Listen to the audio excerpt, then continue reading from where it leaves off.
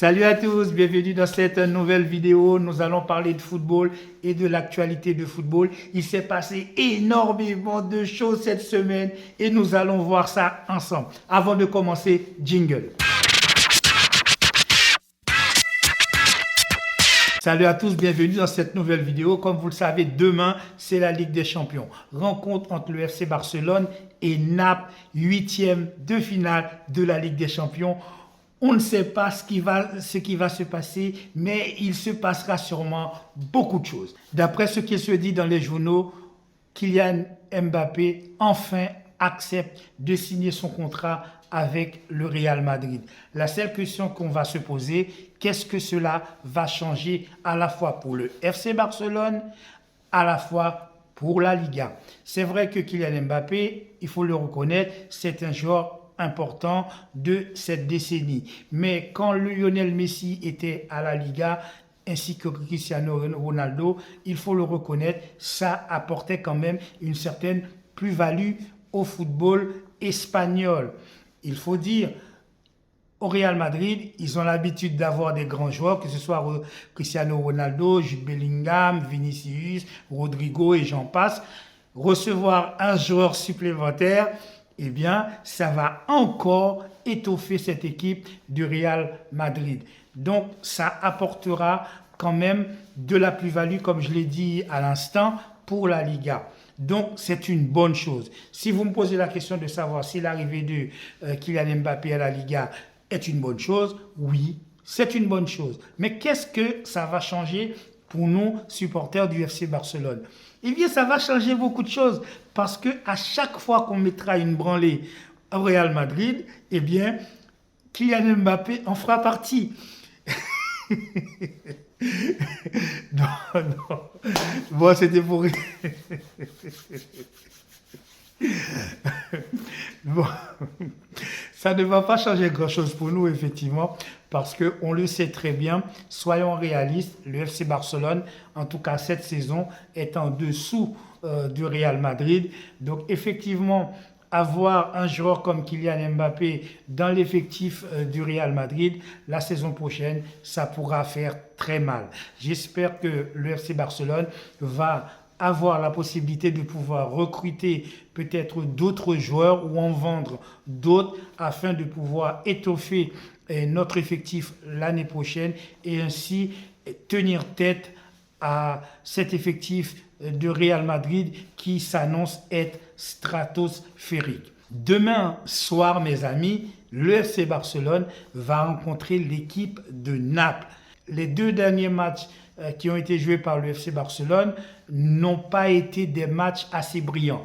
Il y a eu des choses positives, il y a eu également des choses négatives, beaucoup de choses négatives.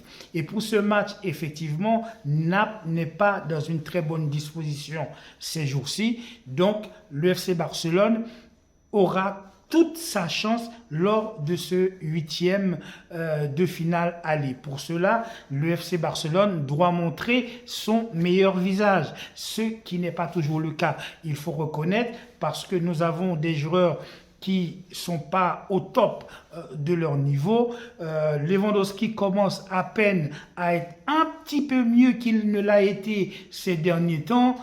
Il a marqué un ou deux buts, donc c'est de bonne augure pour nous. D'autant plus que Victor Oké, ses derniers matchs ont été plutôt très bons. Il avait marqué quasiment à chaque fois qu'il rentrait, sauf son dernier match où je l'ai trouvé assez mauvais dans ses prises de balles, dans ses contrôles, dans ses finitions.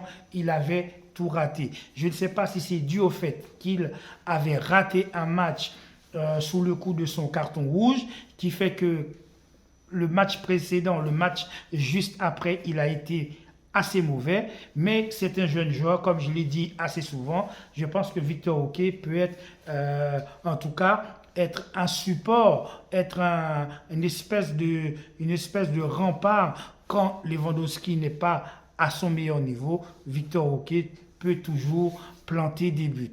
Je pense que pour le match de demain, Je ne vais pas m'avancer trop, mais je pense que la ligne défensive va être ce que nous avions l'habitude de voir depuis quelque temps. C'est Kourbassi qui est sur le côté gauche de la défense centrale. Donc, je pense que ça ne le changera pas. À côté de lui, il y aura sûrement Cancelo si celui-ci, d'ici là, n'est pas blessé. Et sur le côté droit de la défense, eh bien, ce sera Jules Koundé. Et à côté de Kourbassi, à sa droite, normalement, si tout va bien, on devrait retrouver notre ami Ronald Arroyo. Pour le milieu de terrain, sûrement Xavi va continuer avec Christensen en 6 devant la défense et puis il mettra sûrement également Gundogan associé avec De Jong au milieu de terrain. Pedri, normalement, devrait prendre le côté gauche de l'attaque et Lamine Yamal le côté droit, ainsi que Lewandowski au milieu de l'attaque en pointe. Donc, si on a bien suivi les matchs précédents, je pense que les 2 derniers matchs, Xavi avait aligné cette composition. Il est très probable que ce soit cette composition qui jouera demain face à Naples. Qu'est-ce qui fait peur? Moi, ce qui me fait peur dans cette composition, ça va être également Kourbassi, parce que ce jeune joueur, des fois, il a des difficultés. Non seulement il arrive à faire quelques fautes assez importantes, que ce soit sur sa ligne, mais c'est un jeune joueur. Il va apprendre et il apprendra à ne pas commettre ces types de fautes. Lors de ce match qui va se dérouler donc demain soir, il va falloir que ce Kourbassi soit très attentif également sur sa ligne. Lors du dernier match, j'ai trouvé Kourbassi dans sa relance, il relance toujours du côté de Ronald Arroyo. À maintes reprises, Joao Cancelo est tout seul, attend la balle, fait des signes, se positionne pour recevoir la balle, mais malheureusement Kourbassi ne se retourne jamais du côté de Cancelo, il envoie toujours la balle systématiquement 9 fois sur 10 à Arroyo. C'est vrai, c'est une manière de ne pas perdre la balle et de ne pas prendre de risques, mais le rôle d'un défenseur central, c'est aussi être capable, avec son pied, non seulement de relancer l'équipe en attaque dans de bonnes conditions, mais c'est aussi d'être capable d'avoir une vision panoramique du jeu. Tu ne peux pas toujours lancer la balle sur Arroyo et ce sera toujours à Arroyo de trouver le joueur démarqué pour donner la balle. Ces derniers temps, mes amis, Lamine Yamal, chaque match, il fait un masterclass. À n'en pas douter que demain soir, il sera très bon lors de ce match, à moins qu'il se passe quelque chose qui l'empêche de l'être, mais sinon on peut être sûr à 100% que Lamine Yamal sera au top. Jules Koundé est très bon sur son côté droit et il arrive à permuter très facilement avec Lamine Yamal, à passer dans le dos de Lamine Yamal pour jouer le dédoublement. Donc ce côté droit fonctionne très bien, d'autant plus que Lamine Yamal commence à trouver de très bons centres pour Lewandowski, et quand il ne trouve pas Lewandowski, il est capable lui-même, à la manière d'Ariel Robben, de repiquer au centre et d'enrouler du pied gauche. Mais le problème de FC Barcelone de ce moment, c'est le côté gauche.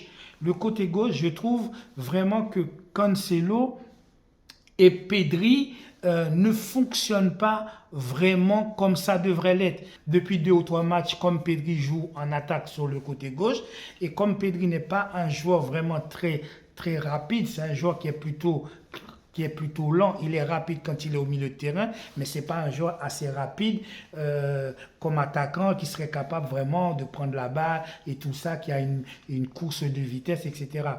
Et c'est vrai que je trouve que l'association Pedri, Joao Cancelo, je ne sais pas si vraiment dans cette position de Pedri, si ils arrivent à jouer ensemble. En tout cas, on sait très bien Cancelo, lorsqu'il joue latéral gauche, de la même manière quand il joue latéral droit d'ailleurs, il est capable de faire le piston, de monter, de redescendre et notamment de piquer au centre.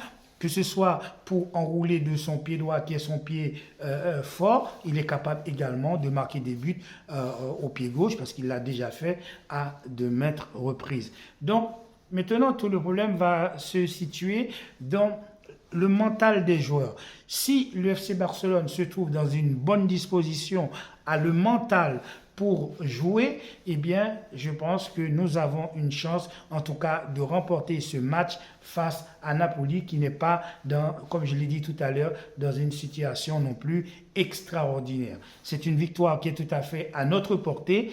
Il va falloir que l'équipe du FC Barcelone décide de jouer au ballon et surtout de résister et de ne pas encaisser de but dans les 5, 10, 15, 20 premières minutes de ce match. Souvent, on a été dans cette difficulté de pouvoir encaisser des buts très tôt dans le match, ce qui nous porte préjudice. C'est comme si tu commençais ton match en fait à -1 à chaque fois. Et là, cette fois-ci, en Ligue des Champions, cela ne pardonnera pas. Tout le monde sait très bien que Naples, d'ailleurs, toutes les équipes italiennes, ce sont des équipes qui savent très bien défendre. Donc, si tu encaisses un but dès la 5e minute, dès la 6e, 7e, 8e minute, il sera très difficile de remonter le score parce que tu seras toujours là en train de courir après le score et effectivement, ça peut être dramatique pour nous. Le retour de Ter Stegen est une bonne chose parce que tout le monde sait très bien qu'il est meilleur que Iñaki Peña, mais lorsqu'il est revenu, il a quand même encaissé 3 buts et puis le match d'après, il a encore encaissé d'autres buts. Pour l'instant, il n'a pas encore fait de clean sheet, mais il n'a pas joué énormément de matchs non plus après son retour. Espérons que le premier clean sheet du retour de Ter Stegen sera demain soir. Il est encore temps pour notre équipe, pour l'effectif du FC Barcelone, pour Xavi, pour les joueurs, pour le staff, de faire ce qu'il faut afin que le FC Barcelone montre enfin un visage d'une grande équipe, un visage important pour ce match qui nous attend demain pour la Ligue des Champions. Voilà, c'est tout pour aujourd'hui. N'oubliez pas de commenter, de liker, de donner votre avis et surtout d'activer la petite cloche de notification pour avoir l'ensemble de mes vidéos. Je vous souhaite de passer une agréable journée. Prenez soin de votre famille, de vos amis. Soyez gentils, restez sages, prenez soin à vous et à très bientôt. Ciao.